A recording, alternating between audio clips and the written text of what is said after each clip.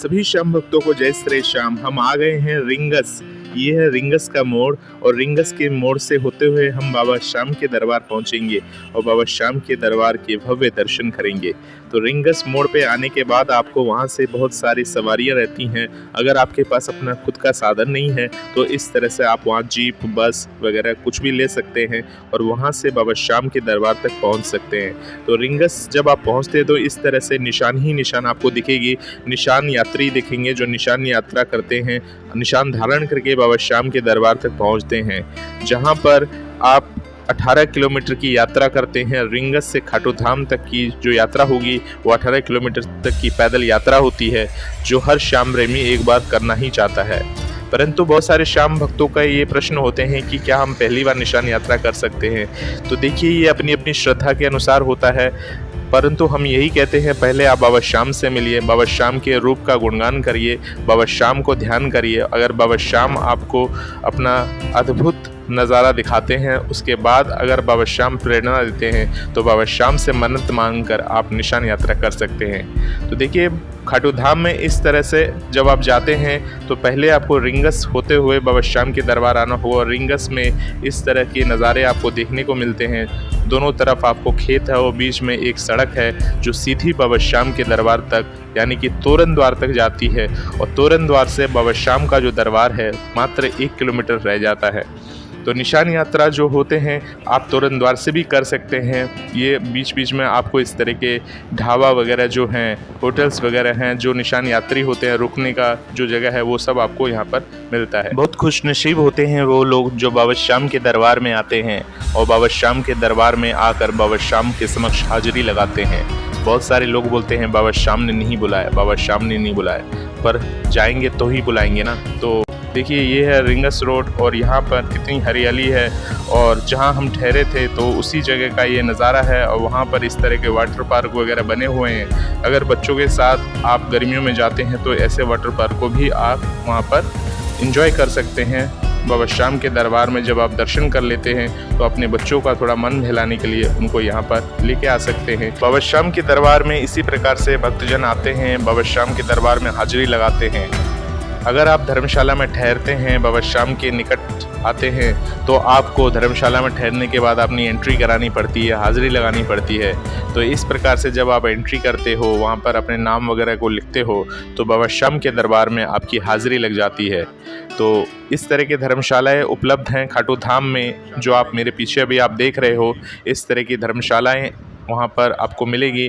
तो अगर आप दरबार के बिल्कुल निकट लेना चाहते हो तो निकट भी मिलेगी और दरबार से थोड़ा सा दूर लेना चाहो यानी 3 किलोमीटर 2 से 3 किलोमीटर की दूरी पे लेना चाहो तो वो भी आपको वहाँ पे धर्मशालाएँ काफ़ी सारी मिल जाएंगी जो खुले खुले वातावरण में है। तो बहुत सारी धर्मशालाएँ हैं जो वहाँ निःशुल्क हैं और बहुत सारी धर्मशालाएँ जो हैं वो शुल्क के साथ हैं। तो आप देखना है आपको कि आपका पॉकेट परमिट किस टाइप का करता है, उसी हिसाब से आप वहाँ धर्मशालाएँ ले सकते हैं। तो श्याम भक्तों, अगर आपको खुला खुला जगह पसंद है, आप चाहते हैं कि थोड़ा सा जगह खुला खुला होना चाहिए, वातावरण थोड़ा खुला खुला होना चाहिए, तो आप बाबा श्याम के दरबार से 2 से 3 किलोमीटर पहले धर्मशालाएँ ले सकते हैं। वहाँ पर आपको एकदम खुली खुली जगह मिलेगी, वातावरण खुला खुला रहेगा और वहाँ से आप बाबा श्याम का निशान धारण करके भी बाबा श्याम के दरबार तक पहुँच सकते हैं। तो श्याम भक्तों, मैं आपको एक चीज़ और दिखाता हूँ। ये है भारतीय झंडा जो धर्मशाला की बिल्कुल नज़दीक में लगा हुआ है। इस जगह हम ठहरे थे बाबा श्याम के दरबार जाने के लिए। ये 3 किलोमीटर की दूरी पे स्थित है ये धर्मशाला और यहाँ पर आप देख ही सकते हैं मेरे पीछे कितना स्पेस है इस जगह और काफ़ी ठंडी ठंडी हवा यहाँ पर आपको लगेगी खुली जगह में।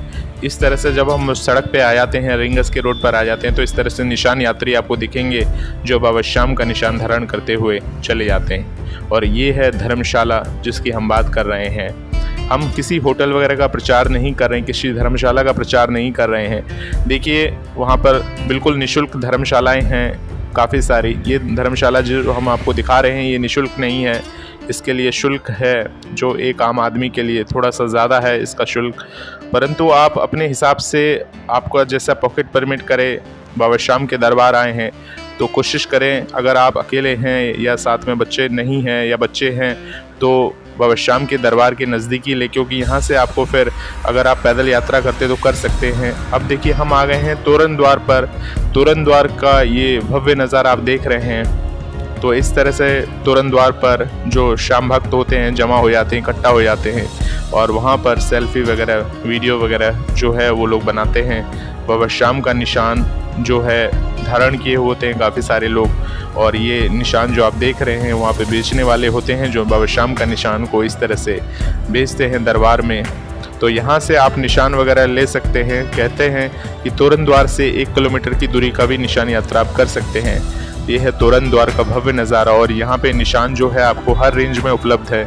50, 100, 200, 250, 500 सब तरह का उपलब्ध है निशान। इस तरह से निशान यात्रा जब आप शुरू करते हैं उससे पहले आपको तोरण द्वार पे इस तरह से झुक के प्रणाम कर लेना है, बाबा श्याम को याद कर लेना है, बाबा श्याम का ध्यान कर लेना है, क्योंकि तोरण मतलब होता है स्वर्ग, मतलब स्वर्ग का द्वार। अब बाबा श्याम के धाम आए हैं और इस प्रकार से तोरण द्वार से होते हुए आपको बाहर जाना है ताकि बाबा श्याम की कृपा की प्राप्ति आपको मिल सके। बाबा श्याम की नगरी आए हैं, बाबा श्याम के धाम आए हैं, तो तोरण द्वार से होते हुए बाबा श्याम के धाम तक हम पहुंचेंगे। हमें बाबा श्याम ने रहने के लिए जगह दिला दिया। अब हम वहाँ से पैदल करके आए हैं यात्रा इस प्रकार से, और जो भी हमारे साथ है, हमारे परिवार के लोग हैं, हम तोरण द्वार से होते हुए बाहर की तरफ निकलते हैं। और एक यादगार के लिए एक फ़ोटो वगैरह तो हमारे पास होना ही चाहिए कि हम बाबा श्याम के दरबार गए थे। तो इस तरह से बहुत सारे श्याम भक्त वहाँ पर फ़ोटो, सेल्फी वगैरह जो है सब कोई अपने अपने हिसाब से लेता है। परंतु एक चीज़ ध्यान रखिएगा, अगर आपने निशान धारण किया हुआ है, निशान धारण करने के बाद आपको सेल्फी वगैरह जो है ले सकते हैं, परंतु निशान का अनादर ना हो इस तरह से आपको ध्यान रखना है।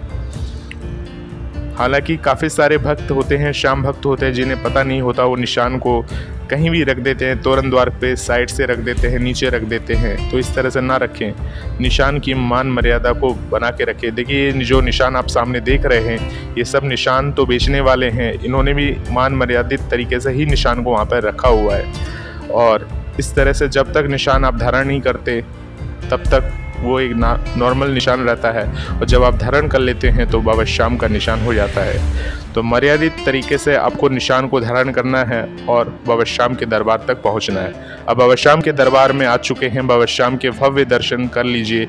ये है बाबा श्याम के भव्य दर्शन। इस प्रकार से आपको पिछली वीडियो में दिखाया था कि बाबा श्याम के दरबार में किस प्रकार से आप आते हैं, और बाबा श्याम के दरबार में इस तरह से मोटछड़ी का झाड़ा नसीब वालों को ही मिलता है।